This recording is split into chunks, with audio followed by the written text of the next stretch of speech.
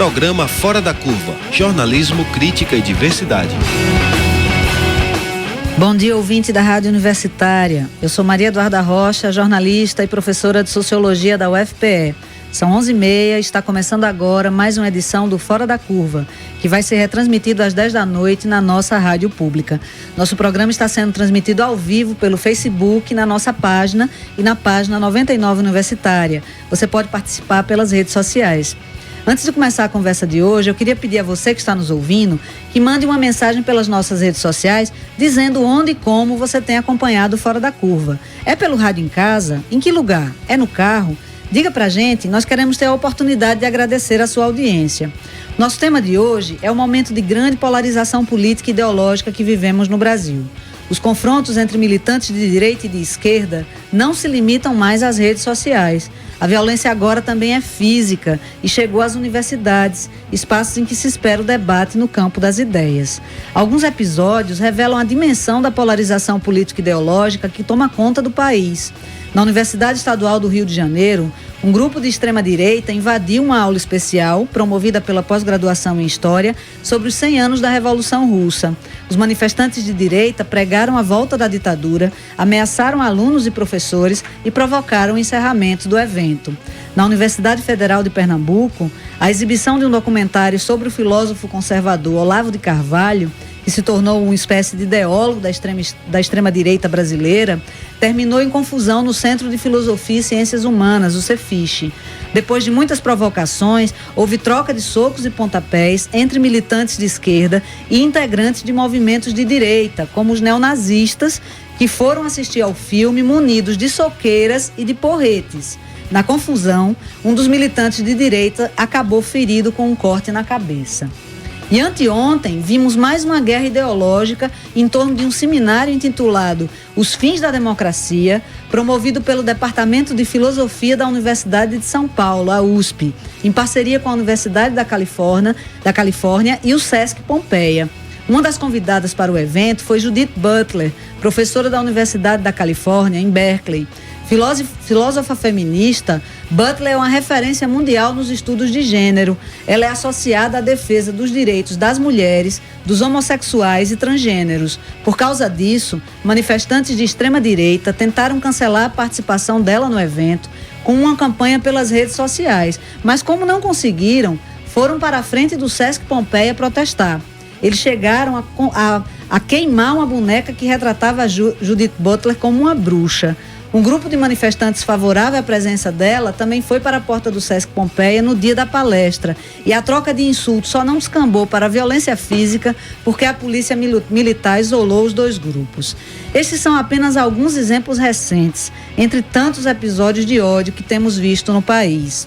Por isso, o Fora da Curva de hoje pergunta: por que tanta violência nas disputas políticas no Brasil? Para conversar com a gente sobre isso, nós convidamos Arthur Perruzzi, professor do Programa de Pós-Graduação em Sociologia da UFPE. Bom dia, Arthur. Bom dia, prazer estar aqui. Também aqui com a gente está Ricardo Santiago, professor do Departamento de Sociologia da UFPE. Bom dia, Ricardo. Bom dia, prazer. Então, Ricardo, como é que se explica todo esse ódio e violência, inclusive física, envolvendo as posições políticas hoje no Brasil? Como é que nós chegamos a esse ponto? O que é que tem de novo e o que é que não tem de novo nisso? Bom, eu diria o seguinte, se você pega a história política do país, nós já tivemos contextos de alta polarização política. Então, só para recordar, nos anos 30, você tinha um embate muito forte entre, por exemplo, comunistas e integralistas, não é? Facções, inclusive, que se utilizavam da violência, né? Se você dá um pulo para os anos 60, principalmente na atmosfera pré-golpe, você também tinha um embate e pós-golpe isso piorou, né? Quando surge, por exemplo, o CCC, o Comando de Caça aos Comunistas. Então você tinha intervenções diretas, né? Isso leva também a que grupos de esquerda, como o último recurso, partam para a luta armada. Nesse contexto de polarização política, que para mim é muito clara, o que é que tem de novo? é que essa violência parece ser bastante seletiva. Ela tem atingido principalmente, tem como alvo os grupos que conseguiram marchar e realizar e se projetar em termos de direitos, né? Que conseguiram se organizar, e essa violência tem basicamente, eu diria, atingido o direito desses grupos. Então, quando alguém diz morte aos negros, morte aos gays, morte às feministas, às mulheres, veja que essa violência é bastante seletiva dentro desse espaço. Então, eu acho que isso é uma característica nova, né? Então, de fato, seria uma reação, Arthur, às conquistas dos últimos anos? Esse ódio é um ódio que é reativo? A gente continua nesse ciclo político de reação conservadora no Brasil? Eu acho que esse ódio não é apenas reativo, esse ódio está sendo constitutivo. Em que sentido? O ódio constitui relações sociais e relações políticas. Daí essa polarização. A questão hoje, talvez, que a gente tenha que discutir, para não nivelar todo mundo, não simetrizar, inclusive você está dando exemplos bastante interessantes, é que, como disse Ricardo, isso é seletivo, isso tem lado. Não é a esquerda que está sendo homofóbica, não é a esquerda que está sendo misógina, não é a esquerda que está caçando as bruxas. Sim. A esquerda não está defendendo, por exemplo, a morte dos homens brancos de classe alta e heterossexuais. Publicamente racismo, não está defendendo publicamente discurso ambíguo sobre o estupro. A esquerda não está proibindo, exposições de arte. Então é preciso que a gente saia um pouquinho, pelo menos nessa conjuntura, e mostrar que essa lógica de ódio, essa cultura de ódio, ela não é socializada de uma forma igualitária, né? Ela está focada em determinados grupos, que a gente tem que falar, grupos de direita e de extrema direita. Ok. A gente tem aqui, na verdade, um nosso colaborador frequente aqui no Fora da Curva, que é Guilherme Falcão, estudante de Sociologia da UFPE. Ele tem uma pergunta para vocês, não é, Guilherme? Exatamente. Primeiramente, bom dia. Bom dia. Nós que estudamos em universidades públicas, especialmente na área de humanas, estamos no meio dessas disputas e somos sempre vistos como doutrinadores ou como alvos das doutrinações ideológicas. Hoje, falar em Marx, ou mesmo discutir o significado histórico da Revolução Russa, tem sido visto como doutrinação ideológica. Então, uma questão que toca bem de perto a gente é a seguinte: em meio a essa guerra ideológica em que estamos metidos, como distinguir a apresentação de uma corrente de pensamento de uma doutrinação? Então, Ricardo, você poderia comentar? Eu diria o seguinte, que do ponto de vista da constituição das ciências sociais, né, uma das coisas que é mais marcante é o dissenso, não é? Isso significa a falta de certezas sobre muitas coisas. Então, na medida em que qualquer professor que vá apresentar uma corrente ideológica, independente de qual seja, parta do princípio de que nas ciências sociais não existe consenso, portanto, o debate é livre e a gente tem certeza de poucas coisas, isso deixa de ser doutrinação, não é? Quer dizer, a ideia não é... as ciências sociais não são revelação, né?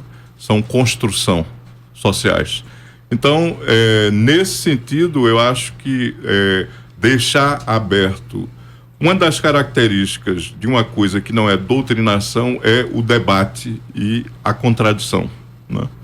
Então, Arthur, na sua opinião, o que é que pode e o que é que não pode um professor fazer em sala de aula, apresentando uma corrente de pensamento, por exemplo? Para mim, em ciências sociais, primeiro você não vai ser dogmático.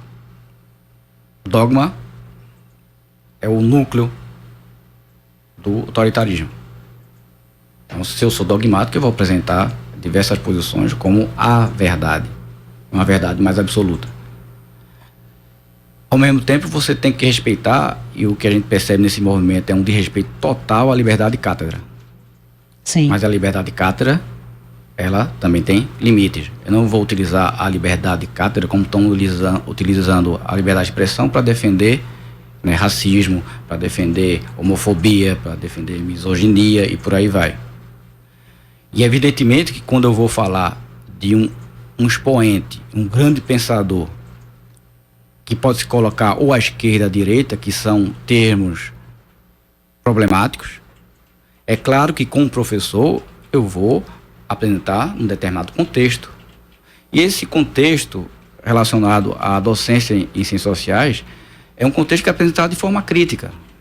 Não importa aqui que seja um pensador conservador ou não, como a gente aborda, e a gente precisa pensar conservador em que época, não é? Como é que a gente vai ver isso 200 anos depois, alguma coisa do gênero. O que eu vejo nas ciências sociais, nas ciências humanas, eu vejo uma coisa completamente diferente, radicalmente diferente do que percebe, por exemplo, os expoentes da escola sem partido. Sim. A escola sem partido, apesar do nome, né, é a mais partidária de todas. É a mais partidária de todas e a mínima compreensão do que seja um ensino laico. Pois é. Você toca um ponto muito interessante, que é essa questão da liberdade de expressão, né? É o argumento utilizado tanto por militantes de direita, como os que realizaram o evento em torno do documentário sobre Olavo de Carvalho na UFPE, quanto, por exemplo, pelos apoiadores de Judith Butler, que foram para a porta do Sesc Pompeia. No começo do mês, o MBL em Pernambuco tentou impedir um evento acadêmico na Universidade Católica sobre os 100 anos da Revolução Russa, mas o mesmo MBL que tenta censurar eventos acadêmicos e exposições de arte, conseguiu ontem na Justiça Federal uma liminar que garante a realização na Universidade Federal de Santa Catarina de um evento que se assume como anticomunista e que, segundo o Comitê Floripa contra o Estado de Exceção, reúne pessoas investigadas por recrutar jovens no Rio Grande do Sul para atuar em um movimento nazista internacional. Então, Ricardo, tem limite para a liberdade de expressão? A liberdade de expressão, ela é limitada, no sentido de que ela encontra o próprio limite na não supressão dessa liberdade e não ferir a liberdade de outras pessoas, né? O que é que se quer dizer com isso? A ideia de que você tem no Estado moderno, Estado de Direito, Estado democrático, a ideia de que as liberdades estão consolidadas na Constituição, né? Então, por exemplo, e elas garantem a liberdade religiosa, a liberdade de consciência, a liberdade de reunião. Você não pode, a pretexto de liberdade de opinião, querer, por exemplo, suprimir ou propor a supressão das liberdades, né? Como também você não pode, por exemplo, porque é anticonstitucional, pregar a autodissolução do Estado brasileiro. Então, há limites e há que se observar, estávamos aqui discutindo, a ideia de liberdade pública e privada, né? Quer dizer, o espaço público, ele não pode ser privatizado, né? Ele significa que há regras nesse jogo de constituição de um espaço. Por ele ser público, eu não posso levar minhas opiniões ou todas as opiniões, ou todas as coisas, ou todo tipo de comportamento que eu tenho em minha casa que é privado. Exatamente por ser público, eu não posso privatizá-lo. Existem regras. E é isso que torna a democracia algo importante. A supressão, você se autoconter em nome de um coletivo maior. Embora na sua casa você possa talvez dizer o que você quer ou se comportar da maneira como quiser, quando você está na esfera pública, você tem então de obedecer regras, né? É isso que caracterizaria a formação do espaço público, né? O princípio da civilização também, né? Então, Arthur, o ódio seria esse limite? Seria o limite. O grande problema no Brasil que a gente vê hoje é que se o ódio estava acantonado, talvez na esfera privada, tivesse mais ou menos isolado, né, em ações individuais, o ódio virou constituinte de relações políticas. Sim. O ódio faz com que um adversário, ou seja, a possibilidade de diálogo, se torne inimigo. Ao se tornar inimigo, é impossível diálogo. Só existe uma relação com o inimigo. Seu extermínio, seu isolamento, sua purificação, por aí vai. Então, o ódio, de fato, se tornou isso é a preocupação, saiu de um velho moralismo e se tornou constituinte de relações políticas no Brasil. Nesse sentido, não é possível ao Estado brasileiro permitir a expressão pública de discursos que defendam o extermínio de negros e negras, de gays e lésbicas, de transgêneros, de índios, de quilombolas, né? Esse é um limite que nós estamos precisando defender com muita energia nesse momento, né? E aí a dificuldade é também da gente não descambar para formas de reação violenta, que em última instância também são usadas, inclusive na cobertura midiática enviesada que a gente teve aqui, por exemplo, em Recife, do episódio que aconteceu no Cefiche, em que as pessoas que foram armadas de soqueiras e de porretes para o Cefiche foram apresentadas como as grandes vítimas, né? As esquerdas têm que ter uma certa inteligência nesse momento para entender que está sendo vítima, vamos dizer, de uma grande armação também, né? O palco está armado para que ela seja apontada como sendo a fonte dessa violência, né? Exato, eu acho que há muito claramente vamos dizer, 6 ou 7 anos para cá, mas se quiser usar como um marco do pré-impeachment de Dilma e posterior a isso, você tem uma escalada que eu julgo que em várias áreas é orquestrada, né? De grupos que são grupos que ou estão na extrema-direita ou são grupos fascistas, que claramente violam, tá certo, a Constituição, né? Na medida em que você prega o racismo, na medida em que você insinua ou torna ambíguo a ideia de que o estupro pode ser levado a cabo numa sociedade violenta como essa, numa sociedade que atenta diariamente contra as mulheres, né? Você, então, está cometendo um crime, certo? Está incitando o ódio. Então, eu acho que, primeiro, a esquerda tem de se colocar a ideia de que a democracia é um valor universal, né? E é um valor a ser preservado.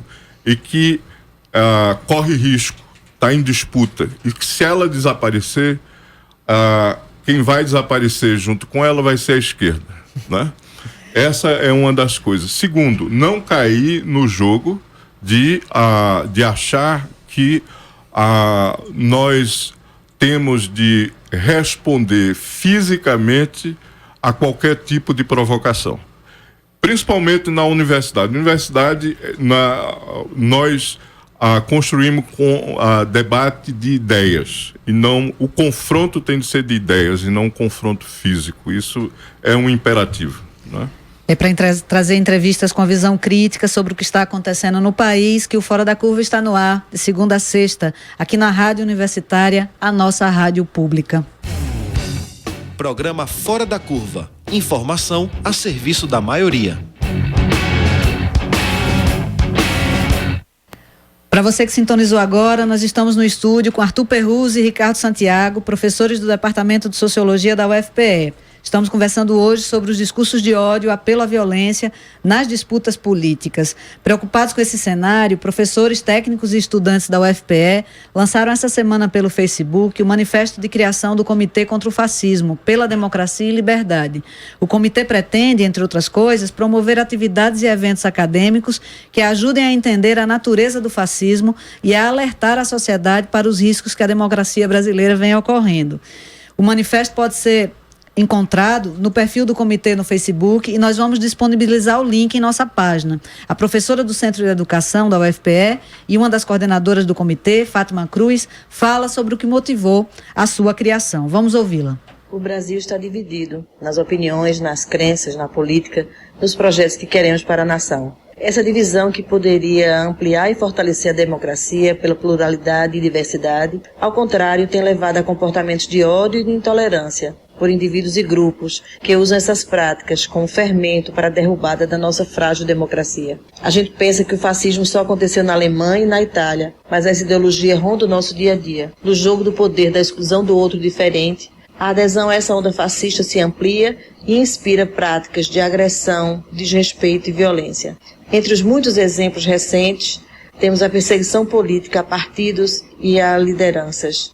A intolerância a cultos de matriz africana, como na destruição de um terreiro de candomblé em Olinda no mês passado. Temos também a violência crescente que mata diariamente negros, gays, transexuais. O fascismo está perigosamente presente. O Comitê contra o Fascismo propõe ações, informações, diálogos, debates e reflexões no sentido de barrar essa cultura de ódio e de negação das diferenças. Nossa luta é para que a democracia não ceda seu lugar ao autoritarismo e às tendências totalitárias de um estado de exceção.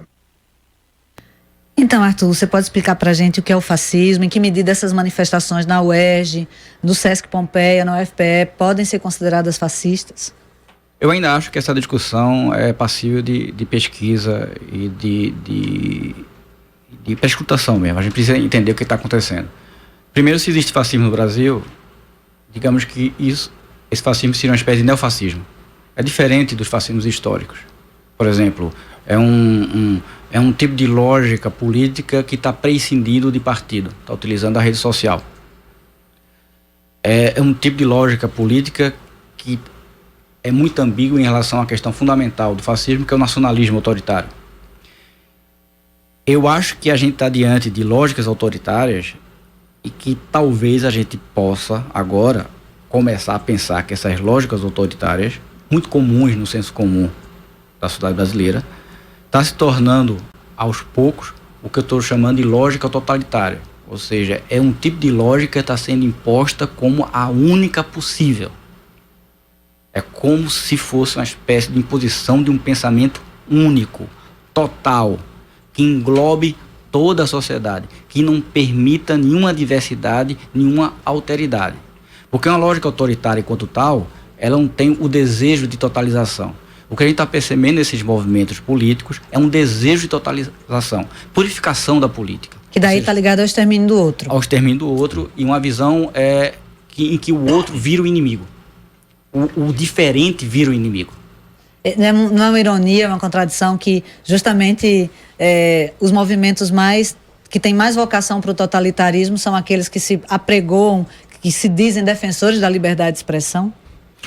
E eu acho importante o que Arthur coloca, né? Quer dizer, essa lógica autoritária. Eu queria chamar a atenção para uma coisa que várias pessoas, de alguma forma, têm colocado.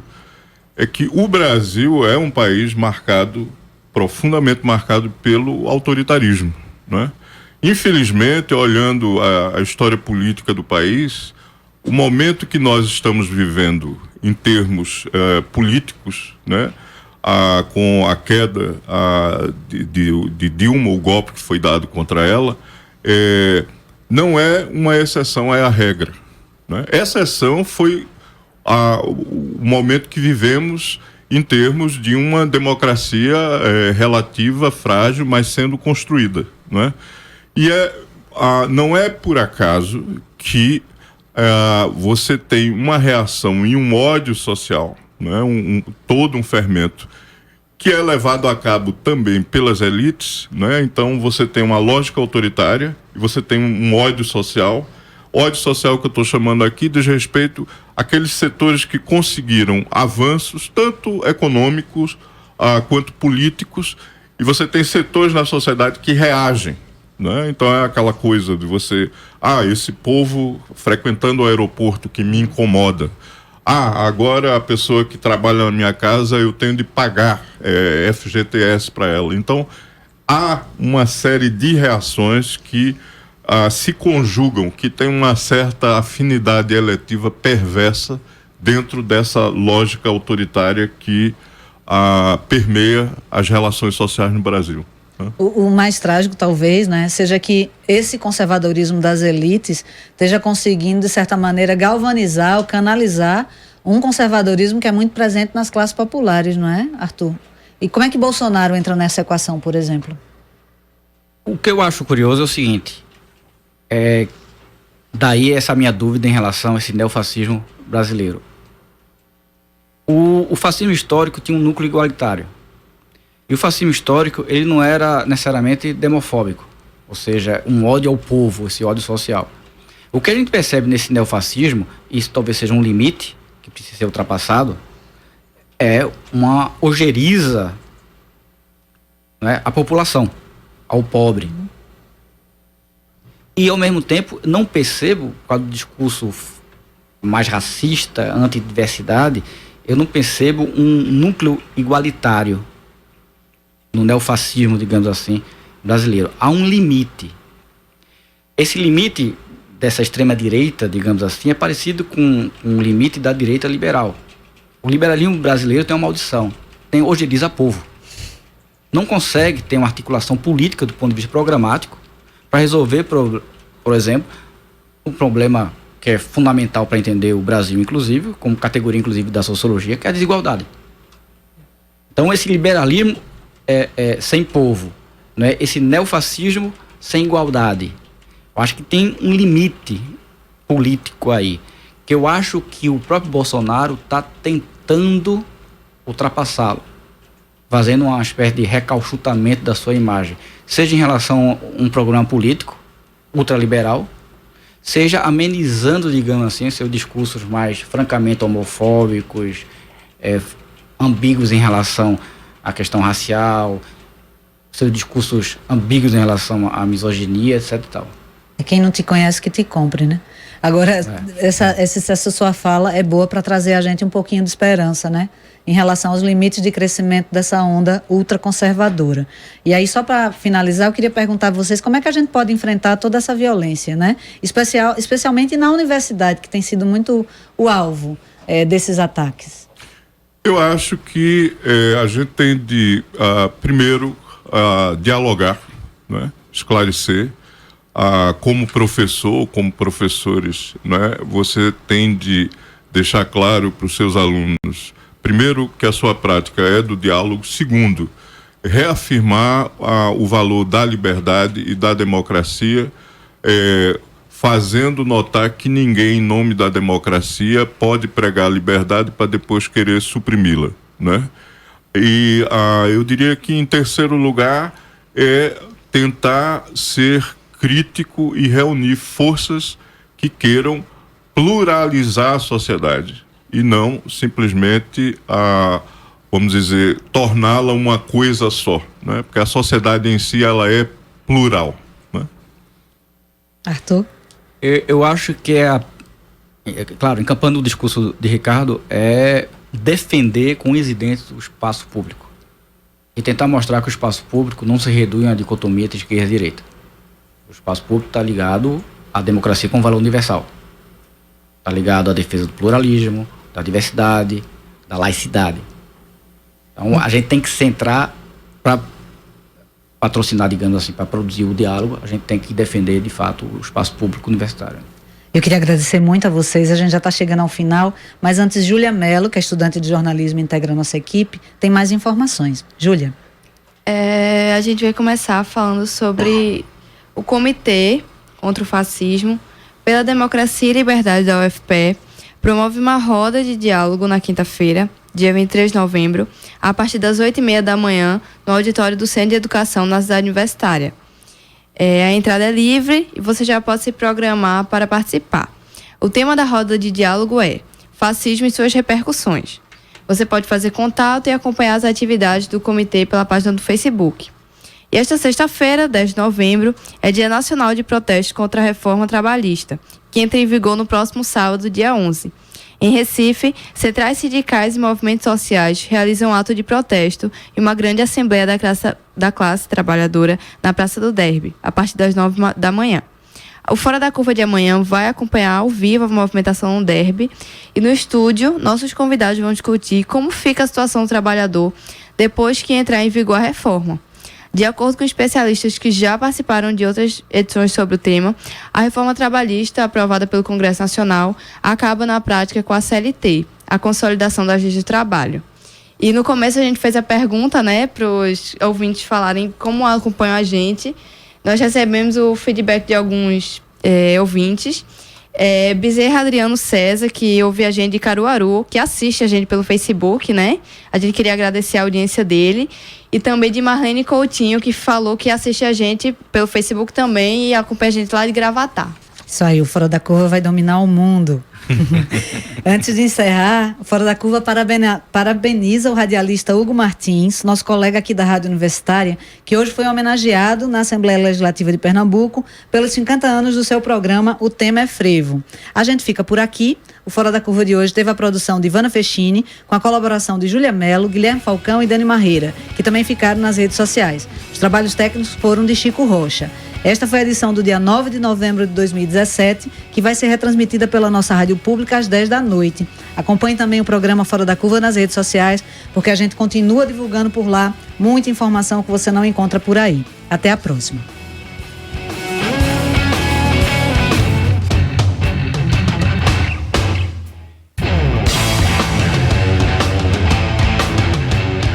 O programa Fora da Curva é uma realização do Departamento de Comunicação Social com o apoio do Departamento de Sociologia, do Núcleo de Design e Comunicação do Centro Acadêmico do Agreste e do Núcleo de Rádio e TV Universitária. Parceria com o Marco Zero Conteúdo, Centro de Cultura Luiz Freire, Centro das Mulheres do Cabo, Centro Sabiá e Terral Coletivo de Comunicação. Esse programa fica disponível nas nossas redes sociais, na nossa página do Facebook, no canal do YouTube e no Mixcloud. A música tema do nosso programa foi composta pela banda Diablo Motor. Programa Fora da Curva. A gente fala o que a maioria cala.